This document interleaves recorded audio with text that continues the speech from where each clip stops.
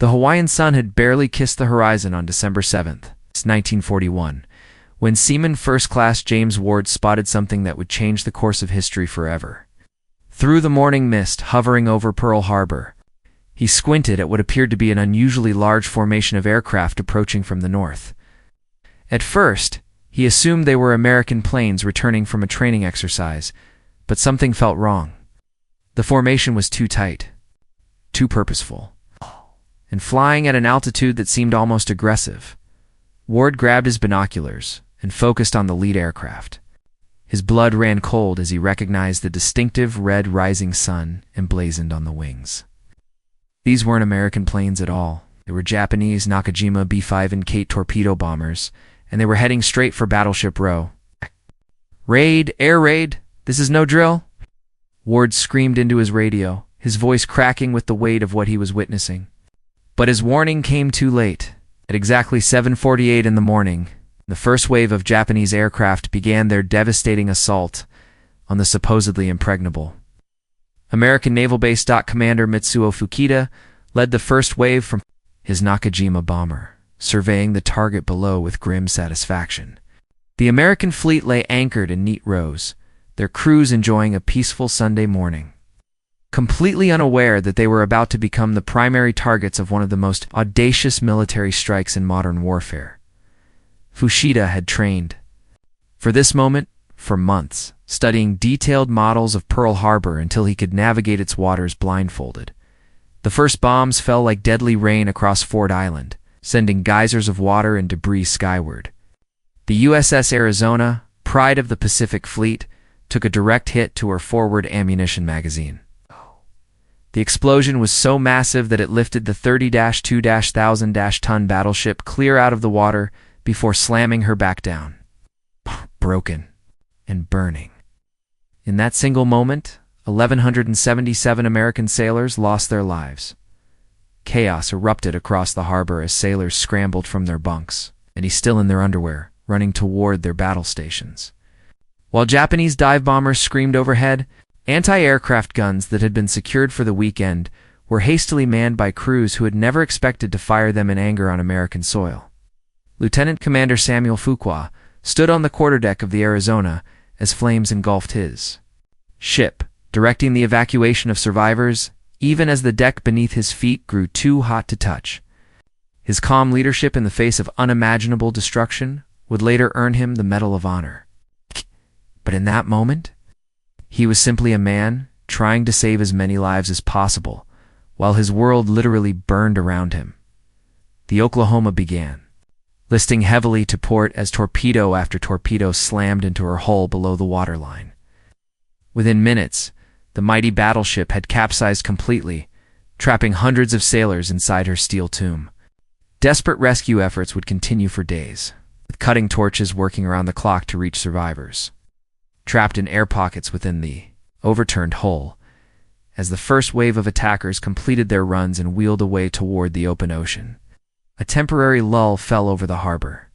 Smoke billowed from burning ships while the wounded cried out for help. But this was only the beginning of America's longest day.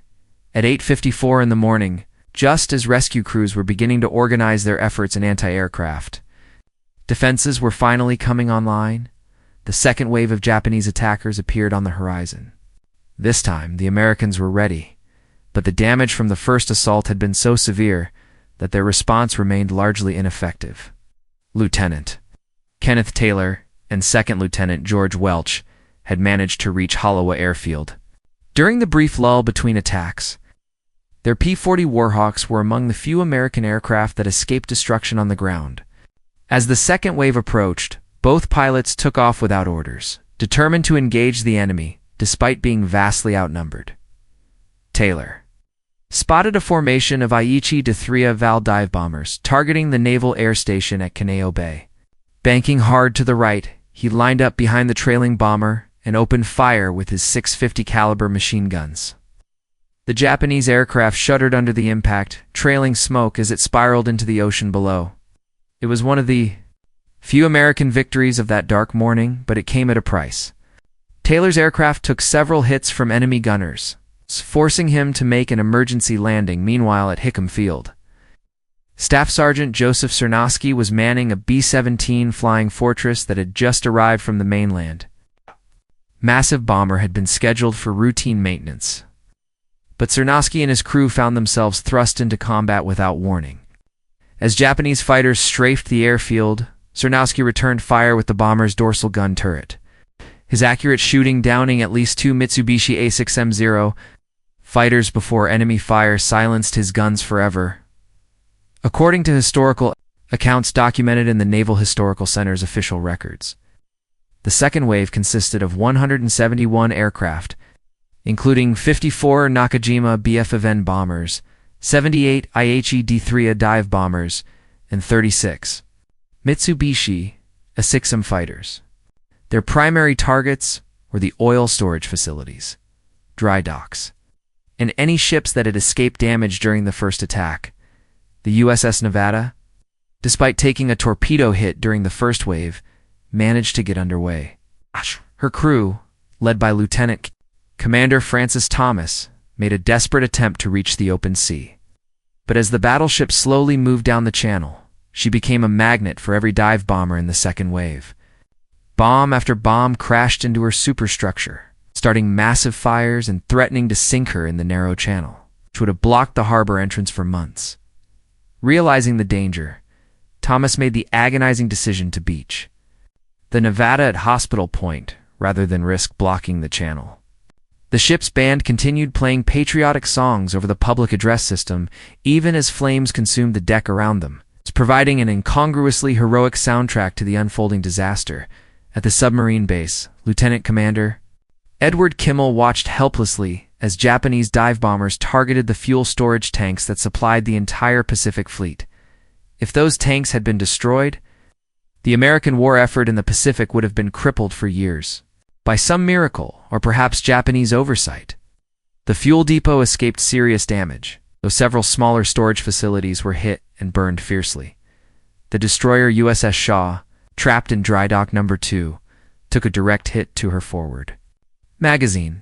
The resulting explosion was photographed by several news correspondents and became one of the most iconic images of the Pearl Harbor attack.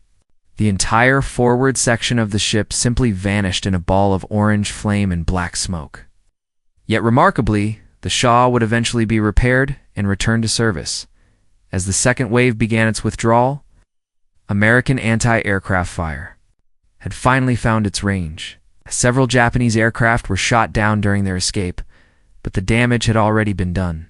Pearl Harbor lay in ruins. The Pacific Fleet was crippled, and America found itself thrust into a global war it had desperately tried to avoid. As smoke continued to rise from the burning harbor, individual acts of heroism began to emerge from the chaos. Seaman First Class Donald Ross, despite suffering severe burns, refused medical treatment and instead organized firefighting efforts aboard the USS Nevada. His determination to save his ship exemplified the courage displayed by countless sailors that morning, many of whom would never receive recognition for their bravery. The USS West Virginia, moored outboard of the USS Tennessee, absorbed 9 torpedo hits and 2 bomb strikes. As the battleship began to settle by the bow, Ensign Victor Delano led damage control parties through flooding compartments, sealing watertight doors to prevent the ship from capsizing like the Oklahoma. His quick thinking saved hundreds of lives, though the West Virginia would rest on the harbor bottom for months before being refit at Ford Island Naval Air Station. Chief Aviation Ordnanceman John Finn set up a machine gun in an exposed position and continued firing at Japanese aircraft despite being wounded multiple times. Shrapnel from strafing runs tore through his left arm and leg. But Finn maintained his position for over 2 hours, shooting down at least 1 enemy fighter. His sustained fire provided crucial cover for sailors attempting to reach undamaged aircraft. The civilian population of Oahu also found themselves under attack as Japanese fighters, low on fuel and ammunition, strafed anything that moved on their return journey to their carriers. Mrs. Helen Horikawa, a Japanese-American nurse at Tripler Army Hospital, worked tirelessly throughout the day treating wounded servicemen. Despite facing suspicion and hostility from some patients who couldn't distinguish between Japanese nationals, and loyal American citizens of Japanese ancestry. Captain Mervyn Benyon of the USS West Virginia continued commanding his ship even after being mortally wounded by bomb fragments. Refusing to be carried below decks, he remained at his post directing damage control efforts until he succumbed to his injuries. His executive officer, Commander Roscoe Hillencotter, would later become the first director of the Central Intelligence Agency. But on this day, he was simply another sailor fighting to save his ship and crew. The hospital ship USS Solace, clearly marked with red crosses and protected under international law, became a beacon of hope in the harbor. Her medical staff worked around the clock treating casualties from all the damaged vessels. Chief Pharmacist Mate Harold Sandow organized triage stations on the ship's deck, making life-or-death decisions about which patients could be saved with the limited medical supplies available at Schofield Barracks. The Army's 25th Infantry Division mobilized with remarkable speed, considering the surprise nature of the attack. Lieutenant Colonel Virgil Miller led his men in establishing anti-aircraft positions using obsolete World War I Nero weapons. Anything that could potentially bring down a Japanese aircraft. Though their equipment was outdated, their determination remained unshakable. The most heart-wrenching stories emerged from the USS Arizona, where survivors described the desperate final moments aboard America's most famous battleship, Radioman. Glenn Lane managed to send out the historic message, "Air Raid Pearl Harbor X. This is not drill," before the massive explosion destroyed the ship's communication center. His transmission alerted the entire Pacific Fleet to the nature of the attack, potentially saving other vessels from complete surprise. Pharmacists Mate First Class James Richard Manning swam through burning oil slicks to rescue sailors who had been blown overboard by the Arizona's explosion. Despite severe burns to his hands and arms, Manning continued pulling men to safety until exhaustion finally forced him to accept rescue himself. His actions saved at least 12 lives, though many more sailors remained trapped beneath the overturned hull of the Oklahoma. Throughout Honolulu, air raid wardens struggled to maintain order as panicked civilians sought shelter from the strafing attacks. Many residents initially thought the explosions were part of a military exercise until machine gun bullets began shattering windows in downtown office buildings. The transition from peaceful Sunday morning to wartime reality happened so quickly that many people couldn't process what they were witnessing. As the morning progressed, it became clear that this wasn't just a military attack, but a deliberate attempt to cripple America's ability to project power across the Pacific Ocean. By 10 o'clock in the morning, an eerie silence had settled over Pearl Harbor. The last Japanese aircraft had disappeared beyond the horizon, leaving behind a scene of unprecedented destruction. Black smoke rose from 8 battleships, 3 cruisers, 3 destroyers, and 4 auxiliary vessels. The once proud Pacific Fleet lay broken and burning, its fighting capability seemingly destroyed in less than 2 hours of coordinated assault. Admiral Husband Kimmel, Commander-in-Chief of the Pacific Fleet, stood on his headquarters balcony, surveying the devastation. A spent bullet had shattered the window behind him during the attack, and fragments of glass crunched under his feet as he tried to comprehend the magnitude of the disaster. His career was effectively over, though the full consequences wouldn't become apparent for weeks. At this moment, his primary concern was determining how many ships could be salvaged and how quickly the fleet could return to fighting condition. The human cost was staggering. 2,403 Americans had been killed, including 68 civilians caught in the crossfire. Another 1,178 were wounded, many so severely that they would never return to active duty. The Arizona alone had lost 1,177 men, more than half of her entire crew. These weren't just statistics, but fathers, sons, brothers, and friends whose lives had been cut short by a surprise attack that violated every principle of civilized warfare.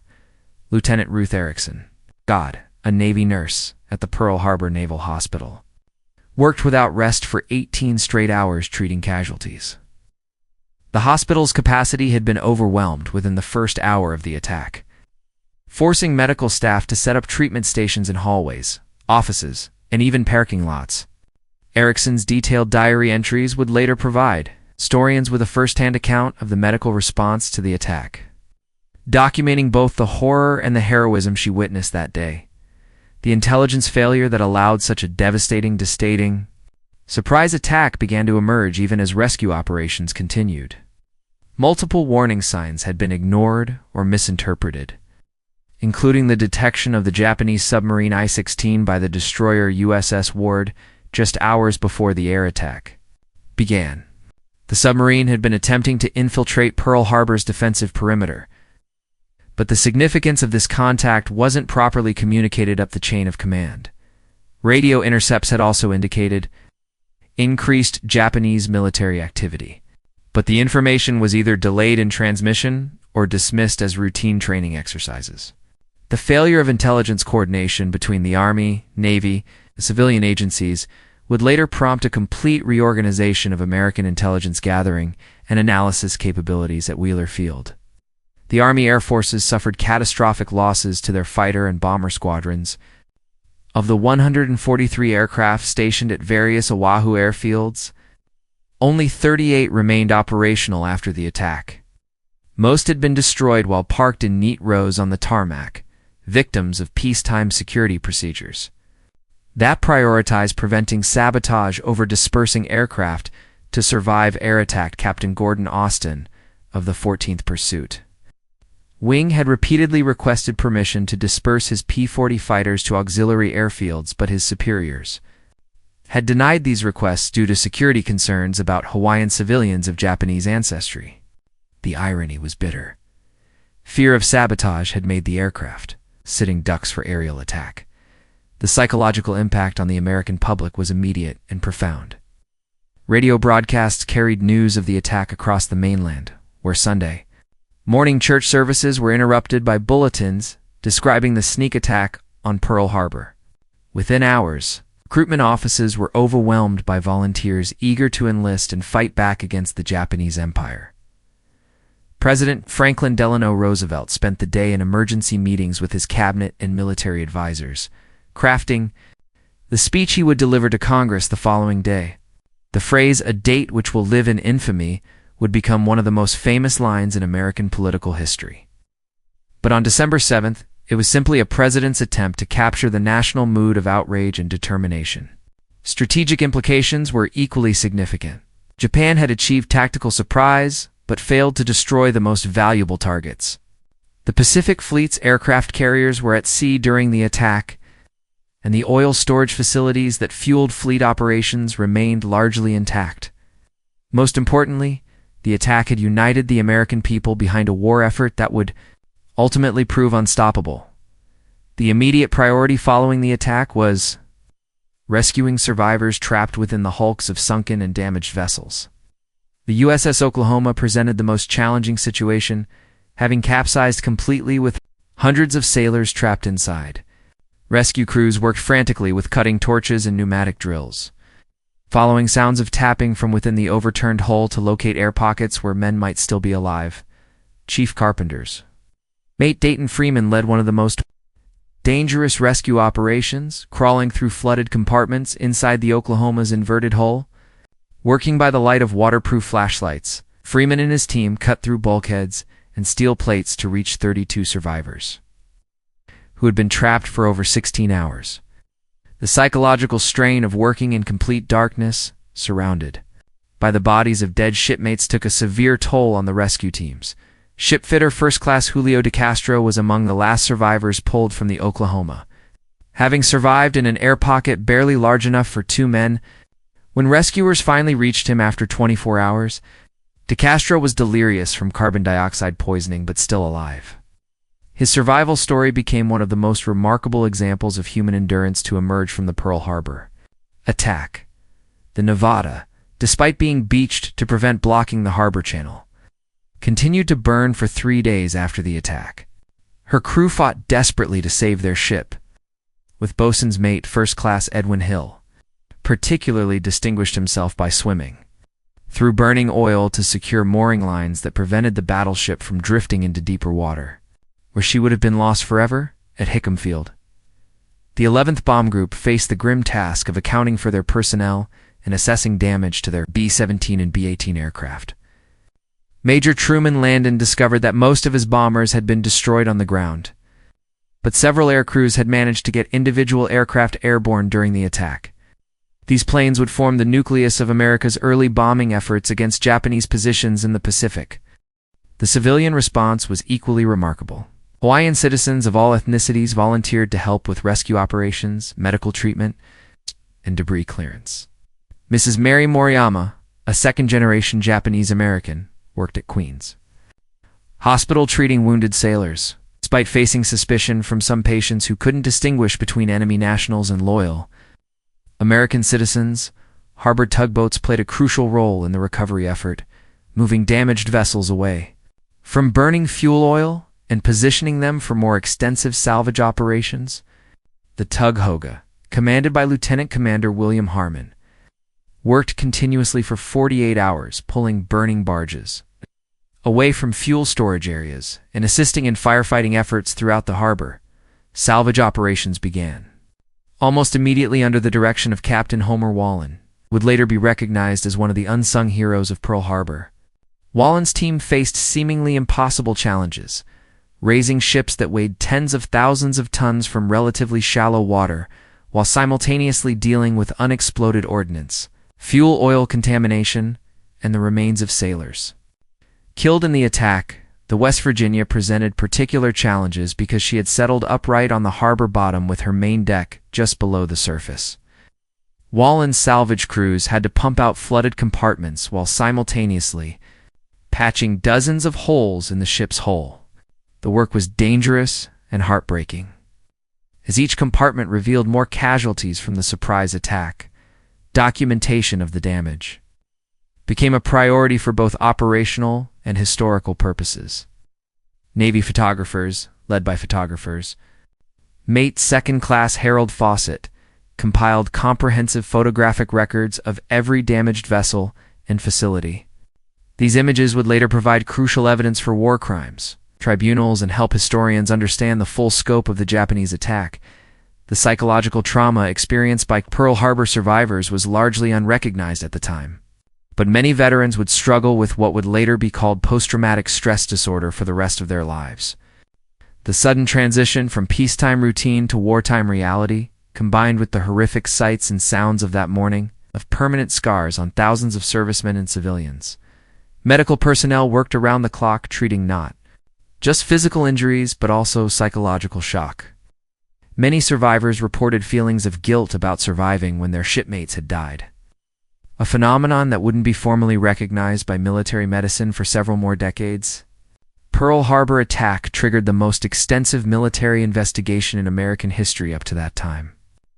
Within days of December 7th, multiple commissions began examining how such a devastating surprise attack could have occurred against the supposedly impregnable Hawaiian defenses. The findings would reshape American military intelligence and fundamentally alter the nation's approach to national security.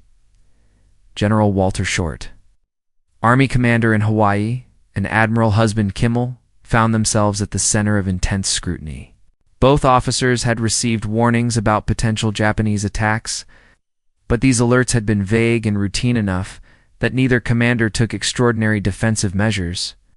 The investigation revealed a complex web of miscommunication, bureaucratic rivalry, and intelligence failures that had left Pearl Harbor vulnerable.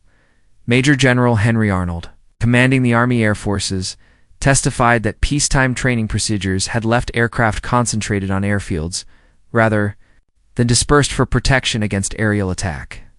The decision to group planes wingtip to wingtip had been made to prevent sabotage by local civilians.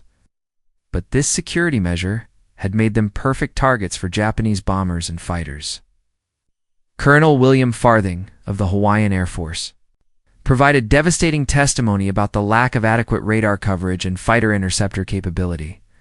The Army had only a handful of operational radar sets on Oahu, and these were frequently shut down for maintenance or training purposes.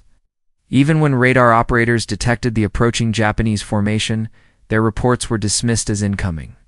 American B-17 bombers expected from the mainland, the intelligence failure extended far beyond Hawaii. Washington-based analysts had intercepted Japanese diplomatic communications indicating that war was imminent. This information had not been properly shared with field commanders. The famous Winds Code intercept, which should have provided definitive warning of Japanese intentions, had been delayed in transmission and wasn't decoded until after the attack had already begun. Lieutenant Commander Edwin Layton, intelligence officer for the Pacific Fleet, became one of the key witnesses. In multiple investigations, Layton testified that Japanese naval radio traffic had indicated unusual activity in the weeks preceding December 7th. But American cryptographers hadn't broken enough of the enemy code to determine specific targets or timing. The intelligence picture was fragmentary and often contradictory. The Roberts Commission, headed by Supreme Court Justice Owen Roberts, conducted the first official investigation beginning just 10 days after the attack. Justice Roberts interviewed hundreds of witnesses and examined thousands of documents. But his commission's focus on assigning blame rather than understanding systemic failures drew criticism from military professionals who argued that the investigation was more concerned with finding scapegoats than preventing future disasters. Congressional investigations would continue for years, with the Joint Congressional Committee on the Investigation of the Pearl Harbor attack not completing its work until 1946. These later investigations revealed the full extent of intelligence failures and inter-service rivalry that had contributed to the success of the Japanese attack.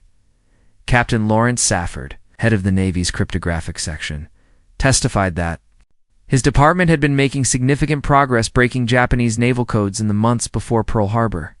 However, security concerns about protecting American code-breaking capabilities had prevented this intelligence from being shared with field commanders, who might have used it to prepare more effective defenses. The investigation also revealed significant failures in American understanding of Japanese military capabilities and intentions.